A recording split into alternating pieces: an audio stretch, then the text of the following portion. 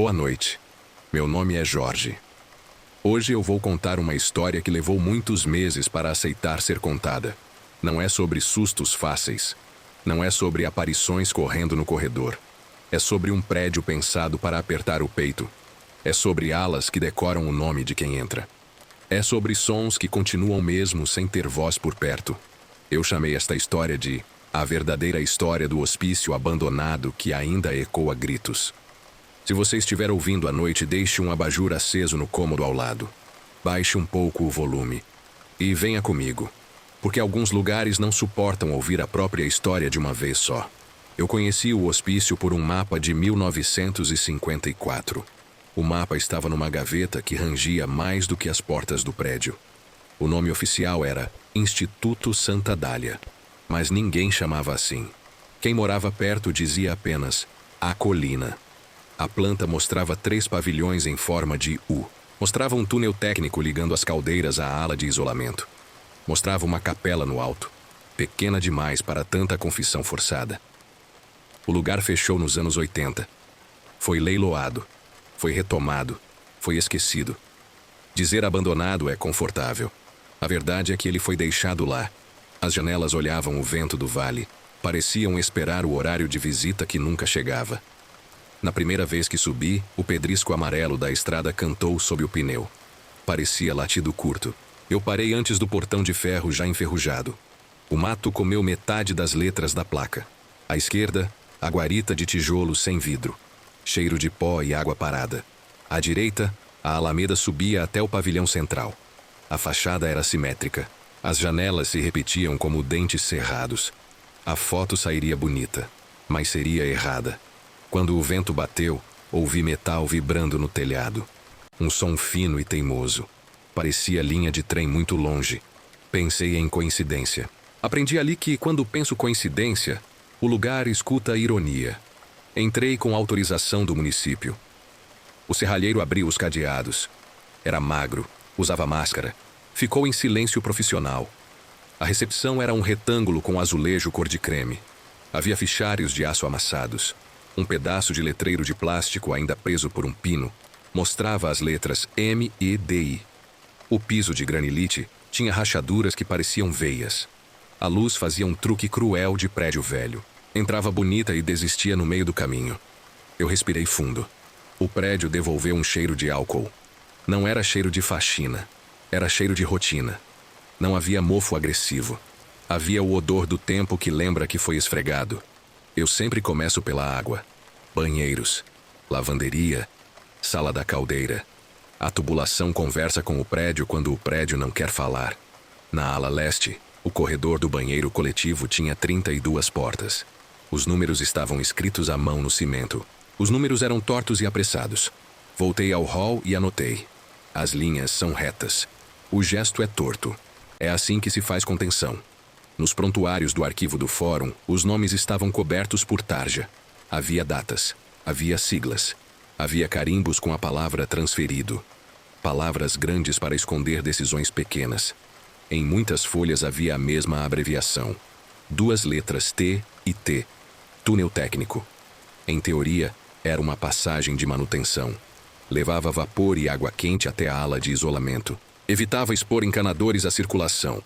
Na prática, era um corredor sem janela. Ninguém deveria atravessar sem motivo.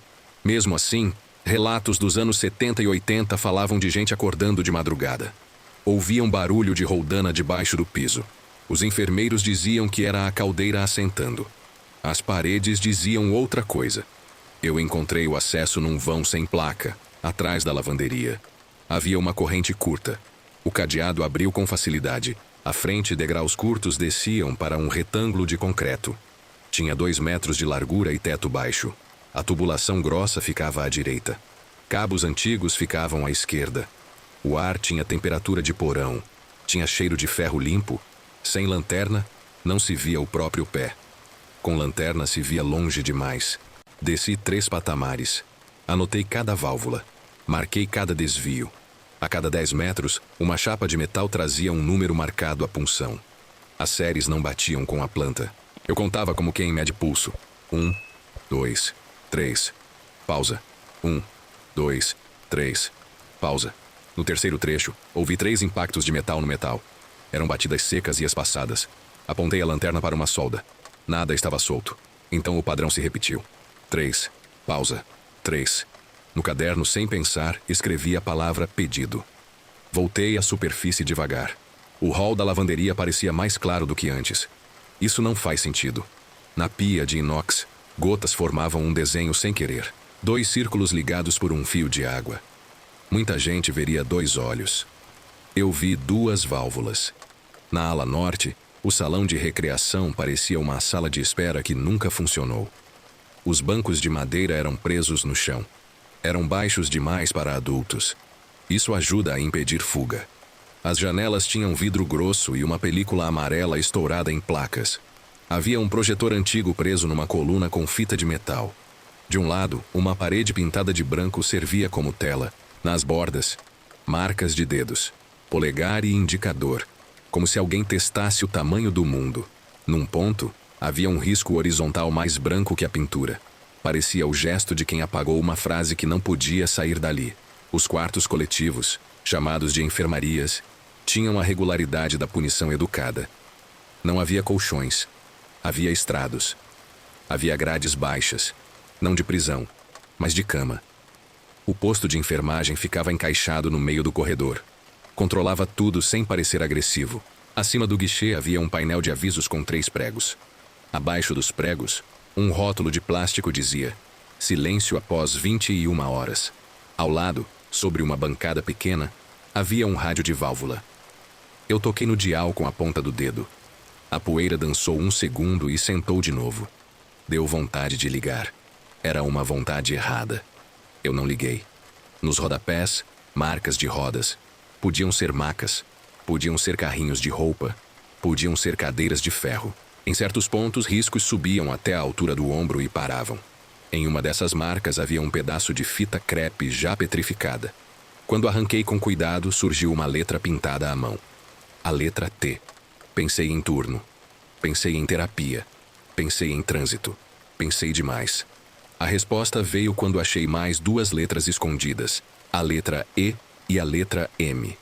O prédio dizia a palavra tempo. Muita gente ia à colina para caçar susto, luz de celular, grito de amigo, risada nervosa. Eles saíam com vídeos de sombra que podia ser só sombra. Eu fui para ouvir o que não gosta de câmera. Voltei à noite com um gravador simples e fones grandes. Eu não faço sessão. Eu não chamo por nome.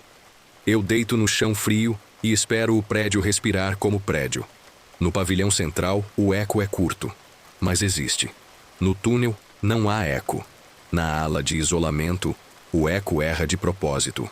O som entra numa sala e sai de outra. Eu encostei o microfone no metal da cama. Senti o estalo da ferrugem. Encostei na parede. Senti uma vibração leve, como de transformador. Era mínima e contínua. Ela insiste quando a gente esquece de ouvir. Horas depois, em casa, coloquei os fones e escutei. Quem busca esse tipo de áudio procura grito. Ali havia o que o prédio faz com a garganta quando ninguém pede. Havia variação de pressão que, acelerada, parece sussurro. Havia ritmo de máquina que não era motor. Em alguns trechos, havia séries de 3 impactos, iguais às do túnel. 2 vezes no final do corredor, soou um dó baixo muito curto. Ele se repetiu a cada 3 segundos. O nome disso em som é batimento. O nome que o lugar ensina é chamado. Eu testei hipóteses. Vento batendo em chapa. Galho arranhando veneziana. Ferro dilatando e contraindo. Tudo isso existia. Nada explicava a regularidade. Em Hospital Velho, o prédio cansa de falar sozinho. Em Hospício Velho, ele aprende a falar por quem não pôde. Eu já tinha passado no cartório, no fórum e no arquivo da cidade. Faltavam as caixas velhas do porão da antiga Secretaria de Saúde. O zelador me deu uma lanterna que ele chamava de companheira. Apontou a escada. O porão cheirava a papel que molhou e secou errado. Numa estante sem acabamento, caixas com etiquetas tortas diziam S. Dália 1972, 1973, 1974. Dentro de uma caixa, havia um envelope pardo com carimbo apagado. Num canto havia um bilhete a lápis dizendo filmagens pedagógicas. Dentro havia tiras de filme Super 8 enroladas com cuidado. Cheiravam a vinagre e tempo. Havia também uma folha datilografada com o título Exercícios de Normalização. Eu não tenho projetor. Levei a película para um restaurador que topou digitalizar sem perguntar demais. O que vi não precisa de música para ser pesado. Uma sala branca. De um lado, uma fileira de camas. Do outro, uma parede com uma faixa preta na altura do peito. Na frente, um enfermeiro jovem com jaleco apertado. Pacientes andavam em círculo seguindo uma linha pintada no chão. A linha dava meia volta e voltava.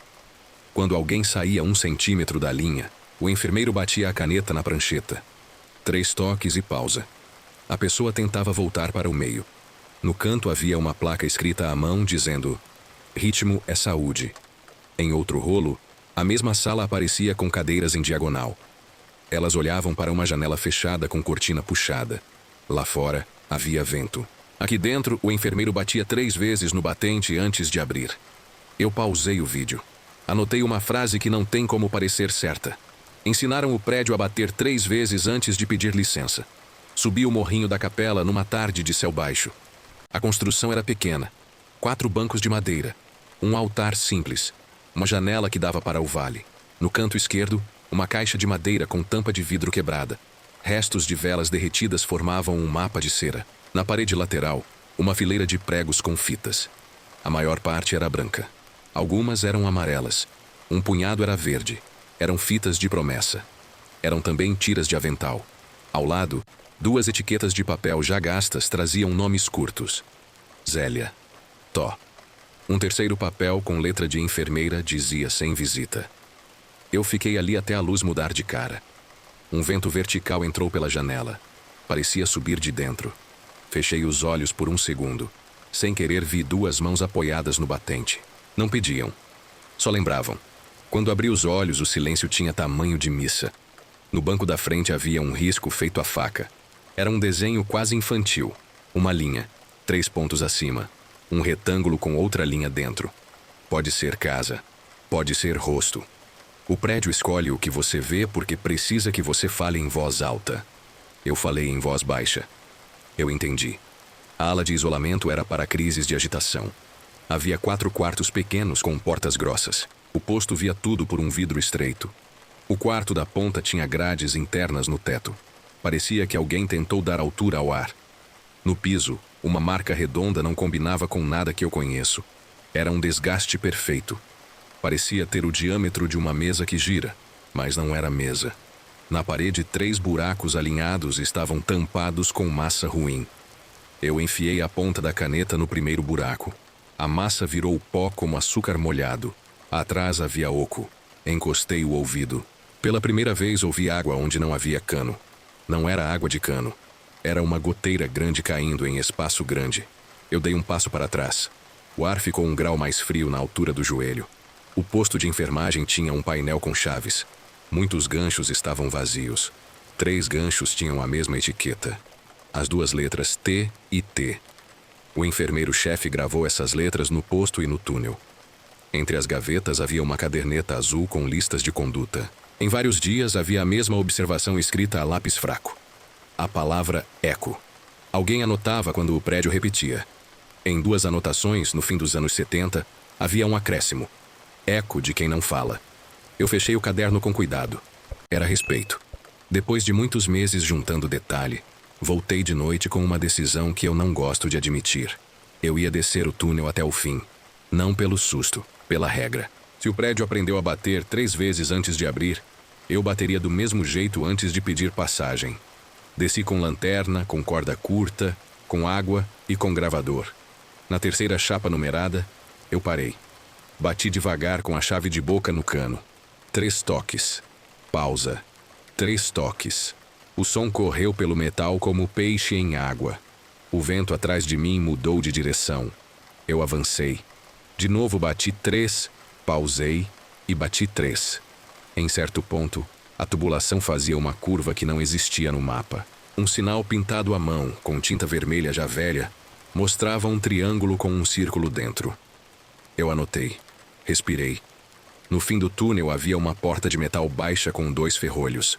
Não tinha cadeado. Eu puxei. Ela abriu um palmo e travou. Apoiei o ombro e empurrei com o corpo. Do outro lado havia uma sala quadrada de concreto cru.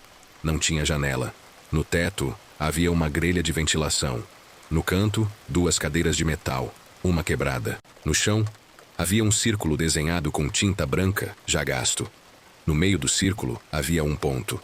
Eu tremi sem motivo. Então eu ouvi. Não eram gritos. Não era sussurro. Eu ouvi uma caneta batendo 3 vezes numa prancheta. Pausa. Mais 3 vezes. Depois ouvi o som de roupa sendo puxada de volta para o cabide. Eu fiquei imóvel. Contei devagar até 5. Respondi em voz baixa. Eu vou embora. O caminho de volta pareceu corredor de escola velha. O vento não me contrariou. A escada devolveu meu peso sem protesto. Na superfície, a lua parecia uma lâmpada de visita. No vidro da guarita, meu rosto não voltou inteiro. Metade era sombra. A outra metade era alguém andando 2 passos atrás de mim. Eu não olhei. Se você gosta de relatos que vão além de filmar um vulto, inscreva-se nos Sussurros do Além e ative o sino agora. Aqui, nós andamos devagar. Nós prestamos atenção em cheiro, em temperatura e em som. Nós deixamos o lugar falar antes da gente. Conte nos comentários se você já entrou em um prédio que parecia guiar os seus passos. A sua história ajuda a nossa história a continuar. Existe uma pergunta que todos fazem quando ouvem falar da colina. Dá para ouvir gritos. Eu fugi dessa pergunta até aqui porque grito chama clique e empobrece a dor. Na 4ª madrugada de gravação, coloquei o microfone no corredor da ala norte. Deixei uma vela no posto por costume que aprendi com a minha avó. Deitei entre 2 portas e esperei. O vento veio do lado errado. Veio de dentro do prédio para fora. As paredes fizeram um som de vidro estalando mesmo sem vidro. Então aconteceu. Um som longo que começa grave e fica fino. Parece metal cantando quando alguém serra. O cérebro entende como grito porque o corpo quer reagir. Mas não era a garganta. Era o prédio liberando tensão em vários pontos ao mesmo tempo. O padrão não era de engenharia, era de treino. O mesmo ritmo que ensinavam aos internos para normalizar os passos, o prédio devolveu como um lamento sem boca. Eu chorei calado, não de medo, de raiva. Porque essa arquitetura foi pensada para roubar até o som mais íntimo de uma pessoa e devolver sem pessoa, a favor da rotina. No arquivo de áudio, quando ampliei, vi uma pulsação baixa abrindo e fechando a cada 21 segundos. O cronograma do instituto avisava a troca de turno às 21 horas. Eu não acredito em coincidência desse tamanho. Alguém ensinou o espaço a lembrar a hora de calar. Os vizinhos têm 2 formas de contar. Uma forma é de horror, com nomes, com dor, com fantasma correndo. Outra forma é séria, com gente que foi parar lá por ser pobre, por não caber, por tristeza que a cidade não quis ver. As 2 formas são verdade. Dona Alaide tem 79 anos. Ela me recebeu na varanda e falou 2 horas sobre o irmão. Ele ficou na colina 1 ano e voltou no ano seguinte. Aprendeu a andar no ritmo da tinta no chão. Em casa, marcava passos no cimento do quintal. Antes de dormir, batia 3 vezes na cabeceira e dizia, licença. Ele morreu longe. Mas até o fim batia 3 vezes na mesa antes de comer. Ela me disse que de noite, quando o vento vem do vale, dá para ouvir gente organizando roupa. Não é dobrar, é organizar. 5 camisas por cabide, 2 calças por prateleira, meias em pares. Eu ouvi esse som uma vez na lavanderia. Era certo demais para ser bicho. Era leve demais para ser gente. Era barulho de tecido querendo obedecer a uma linha que não se vê. Eu não acredito que lugar chama alguém pelo nome. Eu acredito que lugar chama alguém pelo gesto. No penúltimo dia eu subi com um amigo que trabalha com som. Ele gosta do que dá para medir. Eu gosto do que dá para sentir.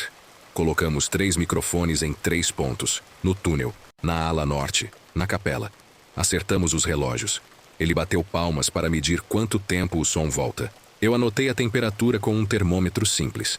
Às 8h59 da noite, o túnel fez a série de sempre. 3 impactos. Pausa. 3 impactos. Às 9 horas em ponto, a ala norte devolveu um dó baixo por 1 segundo. 3 vezes. Às 9h05 da noite, a capela recebeu vento de dentro para fora. Meu amigo olhou o relógio e disse estranho. Eu respondi pontual. No carro, Ele falou uma frase que eu nunca tinha ouvido da boca dele. Existem prédios que guardam a função, e a função do Santa Dália foi o controle. Mesmo vazio, ele tenta manter regime. O que chamam de grito hoje é o regime reclamando da falta de gente para organizar. Eu fiquei em silêncio. Em vez de discutir, imaginei alguém no escuro, em 1976, encostando a testa na porta do isolamento. Contava devagar até 5 para ter coragem de responder ao próprio nome quando a enfermeira chamasse. Coragem é um som que às vezes não tem garganta. Todo lugar amaldiçoado costuma virar lista de pode e não pode. Eu não gosto de fórmula, mas aprendi 3 coisas na colina que viraram regra pessoal. Primeira regra: não bata palmas para o prédio. Bater palma é pedir resposta. Se você bater, esteja pronto para obedecer ao ritmo que voltar. 3 toques. Pausa. 3 toques.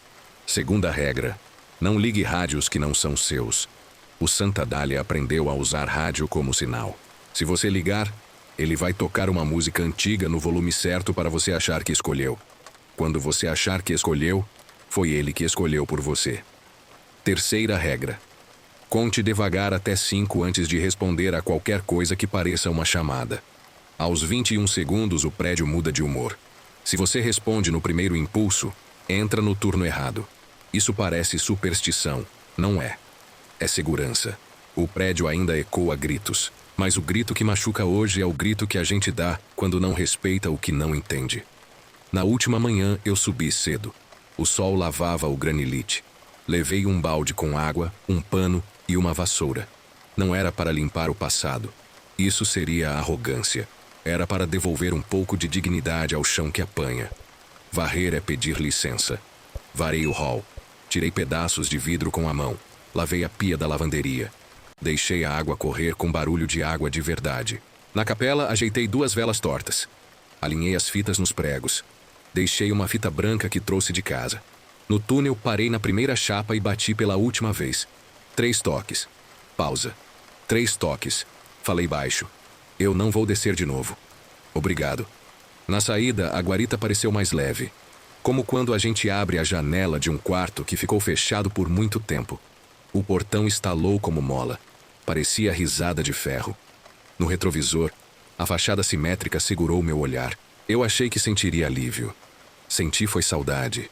Não da dor, mas da vontade do lugar de ainda ser ouvido sem espetáculo. Se um dia você subir a colina, não vá como caçador de gritos. Vá como visita em casa que fala baixo. Ande devagar. Leia as letras que sobraram.